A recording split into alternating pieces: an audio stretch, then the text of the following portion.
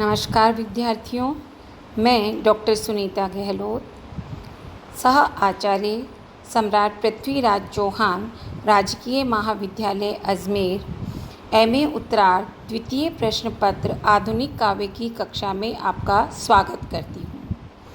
प्रिय विद्यार्थियों, अपने पूर्व के व्याख्यान में हमने कामायनी के इड़ा सर का कथानक एवं उसकी संक्षिप्त समीक्षा पढ़ी थी। आज हम कामायनी के इड़ा सर के कुछ महत्वपूर्ण पद्यांशों की व्याख्या करेंगे। तो आइए देखते हैं ये पद्यांश। पहला पद्यांश है, जीवन निशीथ के अंधकार तू नील तुहिन जल निधि बनकर फैला है कितना वार पार। कितनी चेतनता की किरणें हैं डूब रही ये निर्विकार। कितना मादकतम निखिल भुवन भर रहा भूमिका में अभंग। तू मूर्तिमान हो छिप जाता प्रतिपल के परिवर्तन अनंग। ममता की क्षीण अरुण रेखा खिलती है तुझमें ज्योति कला। जैसे सुहागिनी की उर्मिल अलकों में कुमकुम चूर्ण भला। रे चिर निवास विश्राम प्राण के मोह जलद छाया उदार। माया रानी के केश भार।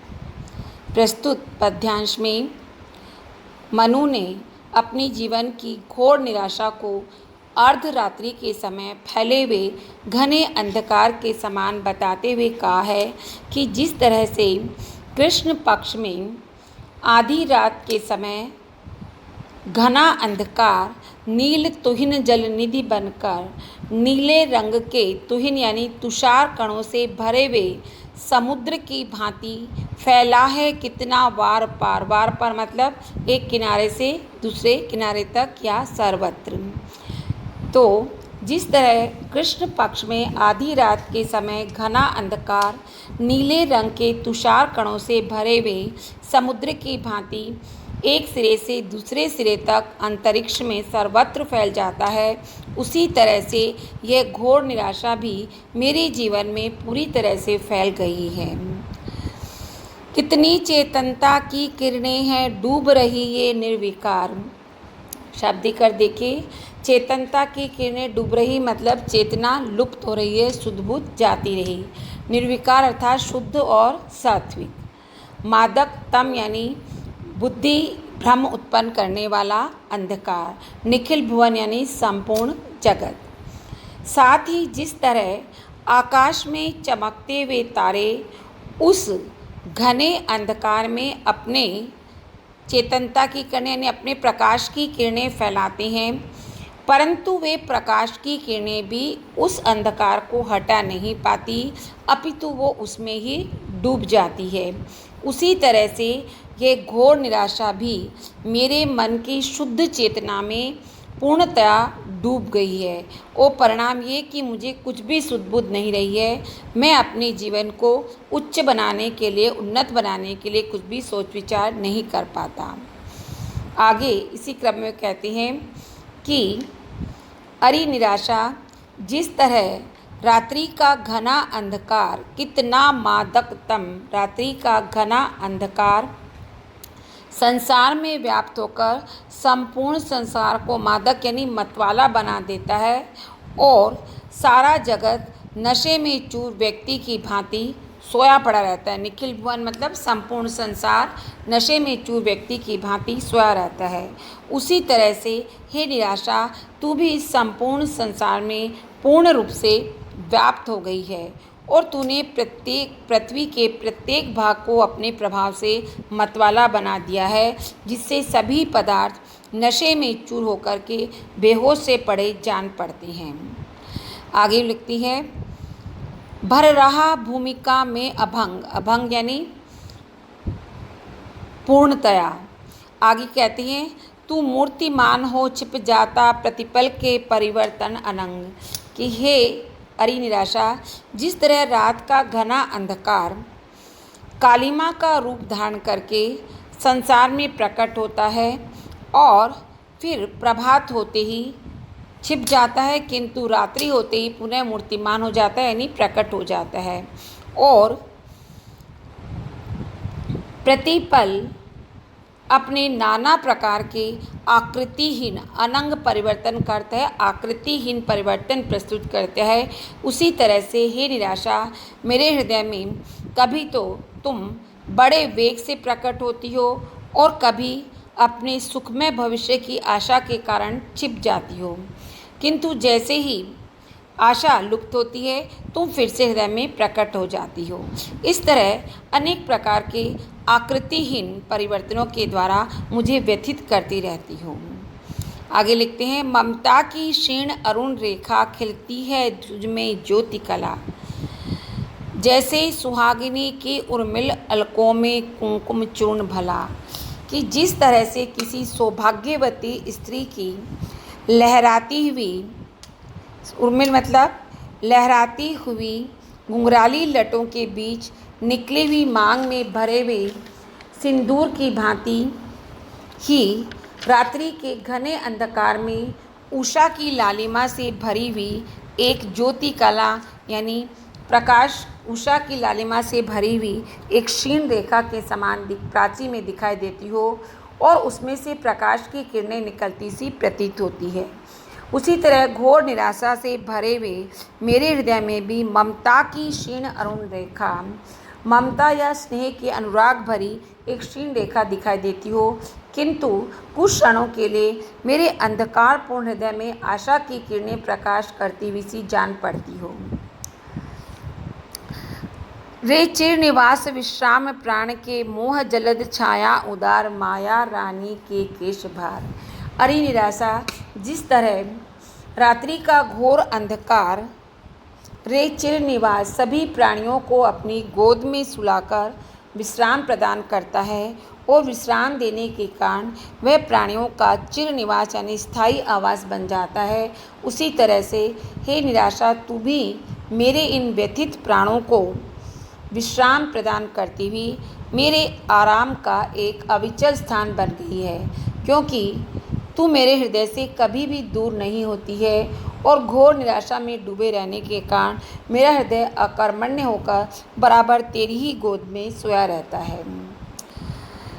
अरे निराशा, जिस प्रकार अंधकार में हमें काले काले बादल मोह जलद छाया उदार, काले काले बादलों की विस्तृत छाया के रूप में अंधकार दिखाई पड़ता है, उसी प्रकार तू भी हमें मोह की विस्तृत छाया के रूप में दिखाई पड़ती है, क्योंकि मानव के हृदय में जितना अधिक मोह होता है उसे उतनी ही अधिक निराशा अपने जीवन में अनुभव होती है। इतना ही नहीं, निराशा जिस तरह अंधकार का रंग काला होने का कारण वह इस संपूर्ण प्रकृति देवी के काले काले बालों के समूह जैसा दिखाई पड़ता है, ठीक उसी प्रकार से तू भी इस संसार में व्याप्त माया जाल के रूप में दिखाई देती है, क्योंकि इस माया जाल के कारण ही मनुष्य संसार के पदार्थों के प्रति अधिक से अधिक लालायित होता है और न मिलने पर अधिकाधिक निराशा का सामना करना पड़ता है। अब देखिए इसका विशेष। इस पद में कवि ने निराशा तथा रात्रि के घने अंधकार की बड़ी ही सुंदर तुलना की है। प्रायः निराशा का प्रभाव अंधकार के समान ही होता है और कवि प्रसाद जी ने अपने काव्य में अधिकांश स्थलों पर घोर निराशा का चित्रण करने के लिए घने अंधकार को ही प्रतीक के रूप में अपनाया है। दूसरा बिंदु है, कवि ने निशीथ के अंधकार के द्वारा मनु की निराशा का, जल निधि के द्वारा निराशा की असीम स्थिति का, क्षीण अरुण रेखा और ज्योति कला के द्वारा ममत्व और मोह का तथा माया रानी के केश भार द्वारा निराशा का सजीव बिंब प्रस्तुत किया है।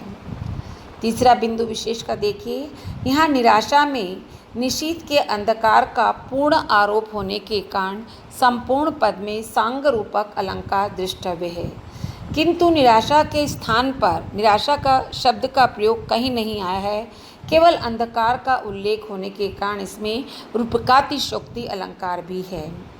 अंधकार में नील तुहिन जल निधि का, ममता में क्षीण अरुण रेखा का, मोह में जलद का और पुनः अंधकार में केश भार का आरोप होने के कारण निरंग रूपक अलंकार भी है। मूर्तिमान अंधकार को पुनः अनंग यानी आकृतिहीन कहने के कारण विरोधाभास अलंकार भी दृष्टव्य है। उषा की अरुण रेखा को सुहागिनी की मांग के कुमकुम के समान बताकर रंग साम्य के आधार पर वस्तुत प्रेक्षा अलंकार का प्रयोग हुआ है। निशीथ के अंधकार में लक्षण लक्षणा का प्रयोग करते हुए कवि ने प्रतीकात्मक शैली का प्रयोग किया है। अगला पद देखिए।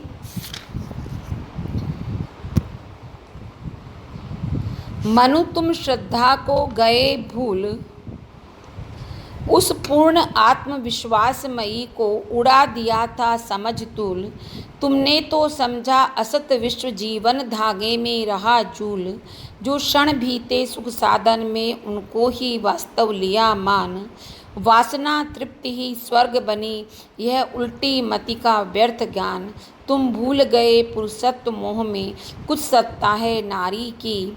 समरसता है संबंध बनी अधिकार और अधिकारी की। जब गूंजी यह वाणी तीखी कंपित करती अंबर अकुल। मन को जैसे चुभ गया शूल। इसलिए पहले कठिन शब्दार्थ देखिए। आत्मविश्वास में ही करते आत्म प्रेरणा में विश्वास रखने वाली और उसी के अनुकूल आचरण करने वाली। तूल समझ उड़ा दिया का अभिप्राय है रुई के समान तुच्छ समझकर उड़ा दिया। असत विश्व मतलब नाशवान संसार। जीवन धागे में रहा झूल से अभिप्राय है कि जीवन कच्चे धागे में झूल रहा है जो शीघ्र ही एक झटके से नष्ट हो जाएगा। सुख साधन का अर्थ है सुखमय जीवन व्यतीत करना।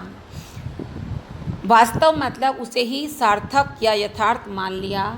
स्वर्ग यानी जीवन का अभिष्ट आनंद। उल्टी मति का अभिप्राय है विपरीत बुद्धि। व्यर्थ ज्ञान यानी झूठा विचार। पुरुषत्व मोह मतलब मनुष्यता का अहंकार। सत्ता अस्तित्व। समरसता यानी सामरस्य या समान भावना या समानता। अधिकार यानी शासित और अधिकारी यानी शासक। तीखी तीव्र या तीक्ष्ण। अंबर आकाश। अकूल यानी असीम या अनंत। चुभ गया शूल मतलब कांटा लग गया अर्थात हृदय में कसक पैदा हो गई। अब देखिए कि जिस समय मनु सारस्वत प्रदेश के खंडहरों में पड़े हुए अपने जीवन के विषय में सोच विचार कर रहे थे तभी उन्हें काम की शाप ध्वनि सुनाई दी। काम ने मनु से कहा, अरे मनु तुम श्रद्धा को गए भूल कि आज तुम श्रद्धा को बिल्कुल भूल गए हो। वह श्रद्धा उस पूर्ण आत्मविश्वासमयी को, वह श्रद्धा जो सदैव अपनी आत्मा से प्रेरणा लेकर उसी के अनुकूल आचरण करती थी। तुम उस पूर्ण रूपेण आत्म में विश्वास रखने वाली तपस्विनी नारी को तुमने रुई की भांति फूंक से उड़ा दिया है अर्थात तुच्छ समझकर उसकी उपेक्षा की है। तुमने तो समझा असत विश्व जीवन धागे में रहा झूल। तुम तो इस संसार को नाशवान समझते थे और तुम्हें यह विश्वास हो गया था कि ये क्षणिक संसार की भांति ही मानव जीवन भी क्षणिक है और ये कच्चे धागे में झूलने वाली किसी वस्तु के समान है जो शीघ्र ही टूटकर नष्ट हो जाएगी। उस क्षण भंगुरता के विचार ने जो क्षण बीते सुख साधन में उनको ही वास्तव लिया मान। इस क्षण भंगुरता के विचार ने तुम्हारे हृदय में ये भावना उत्पन्न कर दी कि सुख साधन यानी जो समय सुखपूर्वक जीवन में व्यतीत होता है वही वास्तविक है या वही यथार्थ और सार्थक है। इसलिए वासना तृप्ति ही स्वर्ग बनी। इसलिए तुमने वासनाओं की पूर्ति को ही अपने जीवन का अभिष्ट आनंद माना, वासनाओं की पूर्ति को ही स्वर्ग के समान मान लिया। इसके विपरीत यह उल्टी मति का व्यर्थ ज्ञान और यह तुम्हारी विपरीत बुद्धि में यही मिथ्या ज्ञान समा गया और इसी मिथ्या ज्ञान के कारण तुम भूल गए पुरुषत्व मोह में। तुम अहंकार एवं पुरुष होने के मोह में लीन हो गए और भूल गए कि कुछ सत्ता है नारी की, कि संसार में नारी का भी कुछ अस्तित्व है। समरसता है संबंध बनी अधिकार और अधिकारी की। इतना ही नहीं, तुम यह भी भूल गए कि अधिकार और अधिकारी थी। अधिकार यानी अधिकृत वस्तु यानी शासित और अधिकारी यानी शासक, इन दोनों में परस्पर समानता का, समरसता यानी समानता का संबंध है।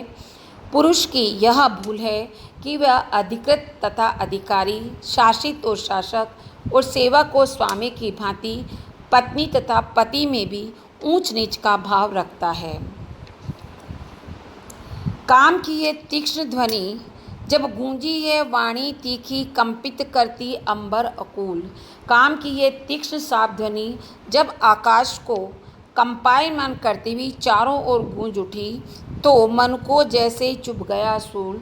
तो उसको सुनते ही मनु के हृदय में एक ऐसी कसक उत्पन्न हो गई जैसे कि पैर में कांटा चुभ जाने के पर अनुभव होती है।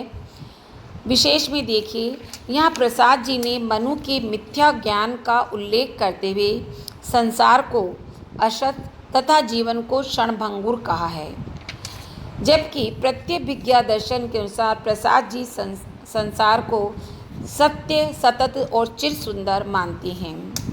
कवि ने यहाँ नारी की महत्ता की ओर भी संकेत किया है और यह बताया कि पुरुष और नारी में कोई भी ऊंचा या नीचा नहीं है, दोनों में पारस्परिक समानता या सामरस्य का व्यवहार ही अपेक्षित है, नहीं तो जीवन में आनंद की सृष्टि नहीं हो सकती। यहाँ कवि ने रूई के द्वारा श्रद्धा की स्थिति का और शूल के द्वारा मनु की पीड़ा का अत्यंत ही मार्मिक भावबिंब प्रस्तुत किया है। उड़ा दिया था समझ तूल, जीवन धागे में रहा झूल, और मन को जैसे चुभ गया शूल आदि पदों में सुंदर मुहावरों का प्रयोग हुआ है, जिसमें भाव व्यंजकता भी विद्यमान है। मन को जैसे चुभ गया शूल में गुण तथा प्रभाव के आधार पर उत्प्रेक्षा अलंकार का भी प्रयोग हुआ है। अगला देखिए, मनु उसने तो कर दिया दान वह हृदय प्रणय से पूर्ण सरल, जिसमें जीवन का भरा मान, जिसमें चेतनता ही केवल निज शांत प्रभा से ज्योतिमान। पर तुमने तो पाया सदैव उसकी सुंदर जड़ देह मात्र, सौंदर्य जलधि से भर लाए केवल तुम अपना गरल पात्र। तुम अति अबोध अपनी अपूर्णता को न स्वयं तुम समझ सके, प्रणय जिसको पूरा करता उससे तुम अपने आप रुके। कुछ मेरा हो ये राग भाव संकुचित पूर्णता है अजान, मानस जलधि का शुद्र यान।